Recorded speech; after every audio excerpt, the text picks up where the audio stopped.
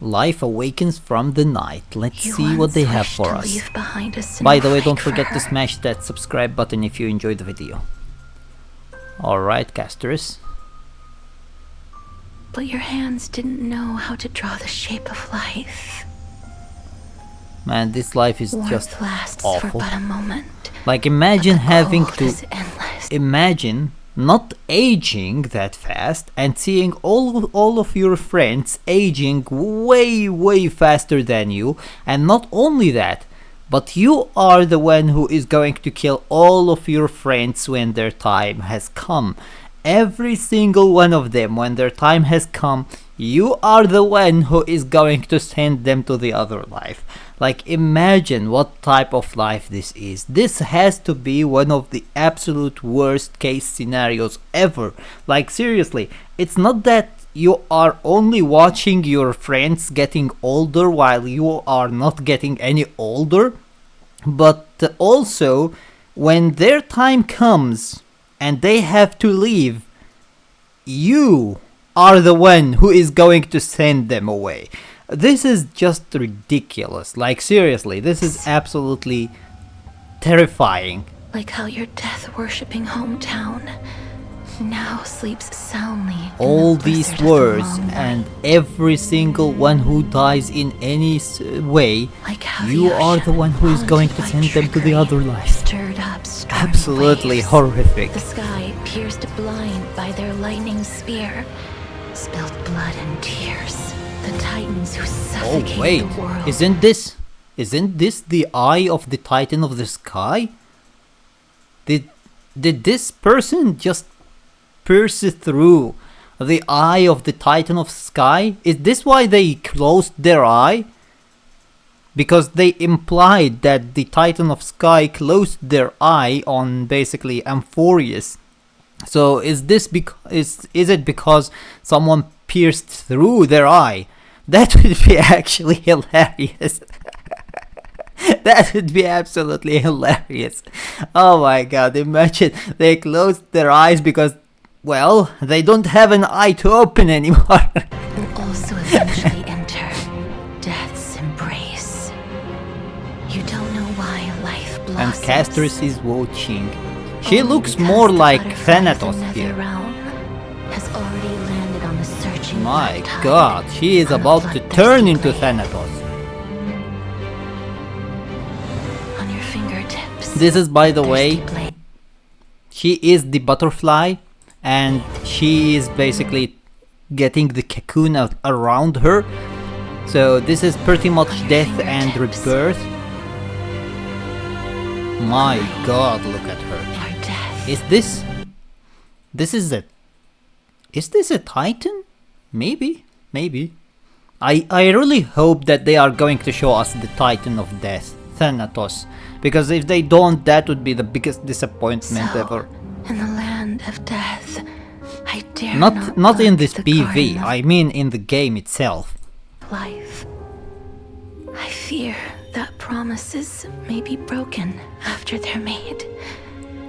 Tears may follow after a smile, and then an eternal farewell.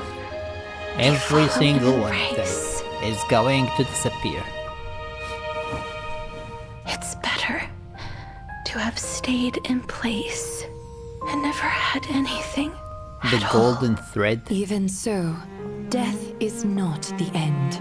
To walk toward that distant tomorrow, we make a promise. Only to those who believe in God. Death is not the end, but anyone who doesn't believe in God, death is the end for them. Because what else is happening after that? If you don't believe in God, you are just gone. The flame chase journey won't end with my departure. See you! We'll meet again on the shores of the West Is this Wind. how they are going to die? I gained inspiration. Oh my god, this might be actually a foreshadowing for how they will die. Golden blood. Jesus Christ, this is just gorgeous. My man Midemus here is killing enemies and he is getting stabbed everywhere in his back. Which one of them is absolutely going to hit him in his basically weakness. Which means that this is how he is going to die. My boy Phanon looks like an angel. This is Gabriel. This is absolutely ridiculous. Oh my god. This is actually crazy. He looks like an angel who is going to sacrifice himself to save basically the place. Hyacinth is turning into an angel as well for some reason. She has basically the wings and she is flying, but she is flying in a weird way. She seems like she is praying with her hands, and it seems like she is dying as well. She is basically getting raised above, which could symbolize her being basically dead or something like that. And then we have Cipher, who is trying to steal. All she does is just steal stuff, so I don't know how this is going to end up being a death, but this and this are very clear actually. This is how they are going to die, which is just ridiculous. Absolutely ridiculous.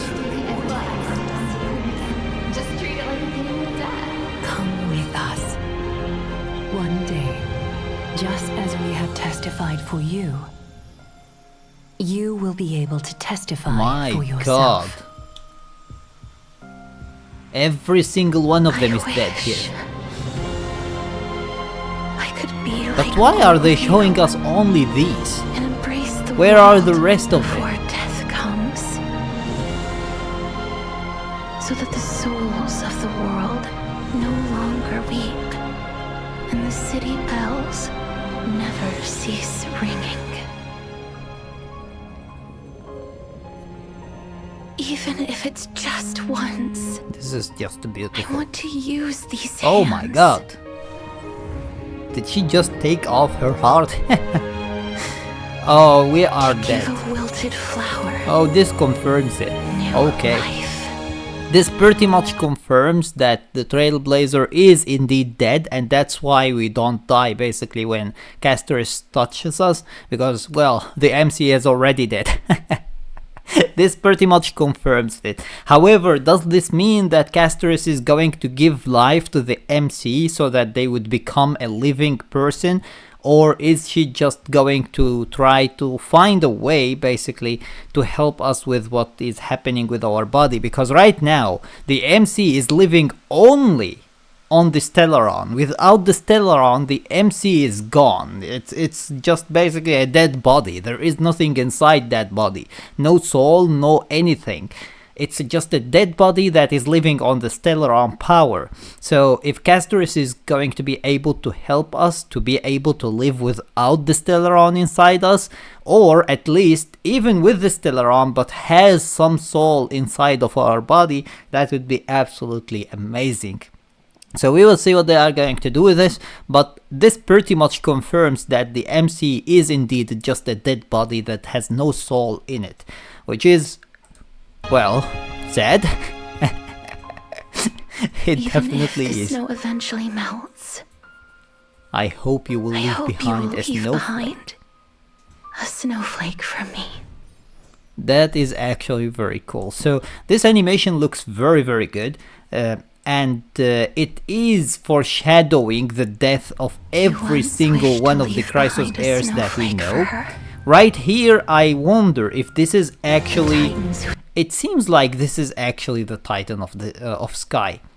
And if it is, who is this person who is strong enough to be able to pierce through the eye of the Titan of the Sky? That is just absolutely ridiculous. One of the reasons why the Titan of Sky still has their core flame is because of the fact that they are so far high in the sky that literally nobody is able to reach them to take their core flame. And the Chrysos Heirs are completely okay with the Flame Reaver basically roaming around just because of the fact that they are sure that that Flame Reaver isn't going to be able to actually reach the Titan of the Sky. So I wonder who is this person who is capable, or this thing actually, that is capable of reaching the Titan of Sky and stab them in their eye as well. That is going to be just ridiculous. And then here we have basically Castorus watching she is going to watch every single death that is happening, and she is the one who is going to guide the souls to the other life, just like similar to actually Acheron and her job with the Nihility, where she guides basically the lost souls to the other life. She has pretty much the same job here. Castoris is basically going to guide every single soul to the other life, and not just guide. Unfortunately, she is going to be the one who takes the soul out of the body and then send it to the other life. So this is just ridiculous. Then we have the cocoon here, which is pretty cool idea. It basically symbolizes the death, then rebirth, and then death, and then rebirth, which is a very cool idea, and it is basically our life. This is pretty much it. We die and we basically give birth, or we give birth to our children. We die, our children give birth to their children, they die, and their children, and so on. So this is the chain of life. But here I wonder, who is this thing that she is seeing? Is it the Titan of Death when she takes basically their core flame, or is it something else? And then we see basically her suffering, and then the Chrysos Heirs are basically the place that she feels a little bit better. This is Aglaia.